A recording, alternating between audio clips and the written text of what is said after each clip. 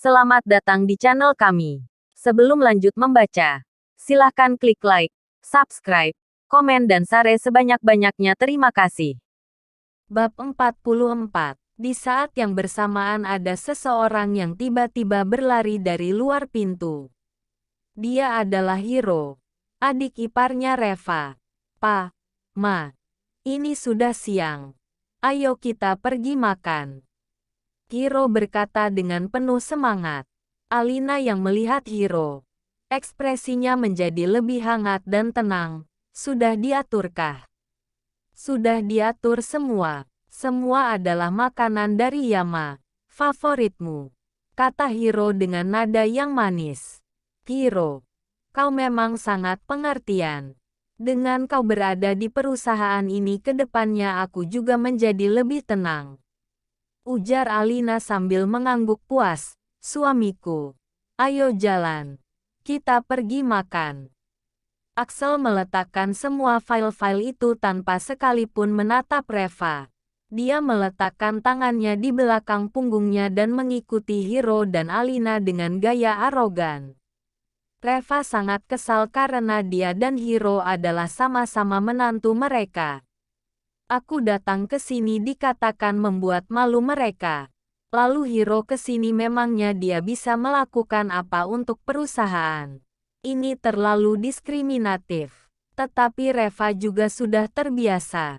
Hiro ini sangat perhatian dan pandai mengambil hati jadi sangat disukai oleh Axel dan Alina. Bagi Reva itu semua tidak penting. Yang terpenting adalah sikap Nara terhadapnya. Tiba-tiba, Hiro mendekatinya dengan senyum penuh kebanggaan. Kakak ipar kau tak perlu repot-repot. Nara tak ada di sini. Reva mengerutkan keningnya. Kemana dia? Dia pergi ke bank untuk membahas beberapa bisnis, ucap Hiro sambil tersenyum. Kakak ipar, ada hal apakah kau mencari Nara? Jika kau memiliki sesuatu untuk dilakukan, telepon aku saja. Sekarang aku adalah sekretaris dan sopir pribadi Nara. Apa? Reva mengernyitkan keninnya dengan heran. Nara sangat percaya pada kemampuanku jadi dia sengaja mempekerjakan aku untuk menjadi sekretaris dan sopir pribadinya. Hiro berkata sambil tersenyum, jadi, nantinya jika kau ada hal yang perlu dilakukan oleh Nara, kau bisa langsung mengatakannya saja kepadaku. Wajah Reva tampak dingin dan dia menatap Hiro dengan tatapannya yang tajam. Sejujurnya, dia tidak begitu percaya dengan semua yang dikatakan Hiro. Bagaimana mungkin Nara memintanya menjadi sekretarisnya? Kakak ipar, kita akan pergi makan. Jika tak ada hal lain lagi kau tak perlu datang ke perusahaan ini. Lihat saja pakaian yang kau kenakan itu. Itu dapat memengaruhi citra perusahaan. Hiro kemudian pergi dengan aura kesombongannya. Reva berpikir sejenak lalu mengeluarkan ponsel kemudian menelepon Nara untuk bertanya. Tetapi setelah dia telepon beberapa kali, ponselnya tidak diangkat. Mungkin mereka sedang sibuk membicarakan bisnis. Dengan tak berdaya Reva keluar dari perusahaan farmasi Su sendirian. Reva yang baru saja berencana untuk mencari tempat makan terkejut ketika tiba-tiba melihat sebuah BMW mengebut dengan kencang melewatinya. Untung saja Reva cukup cepat menghindar kalau tidak dia sudah tertabrak mobil itu. BMW berhenti di depan Reva. Terlihat dua orang turun dari mobil. Seorang pria dan seorang Suamiku, kau sangat baik sekali. Tahu kalau aku suka makan makanan dari Yama, jadi sengaja meminta orang untuk membawakannya ke sini. Terima kasih suamiku, Sokso. Gadis itu centil, mengenakan pakaian yang cukup modis dan memperlihatkan pahanya yang putih dan lembut. Riasannya cukup tebal tetapi dia terlihat sedikit cantik.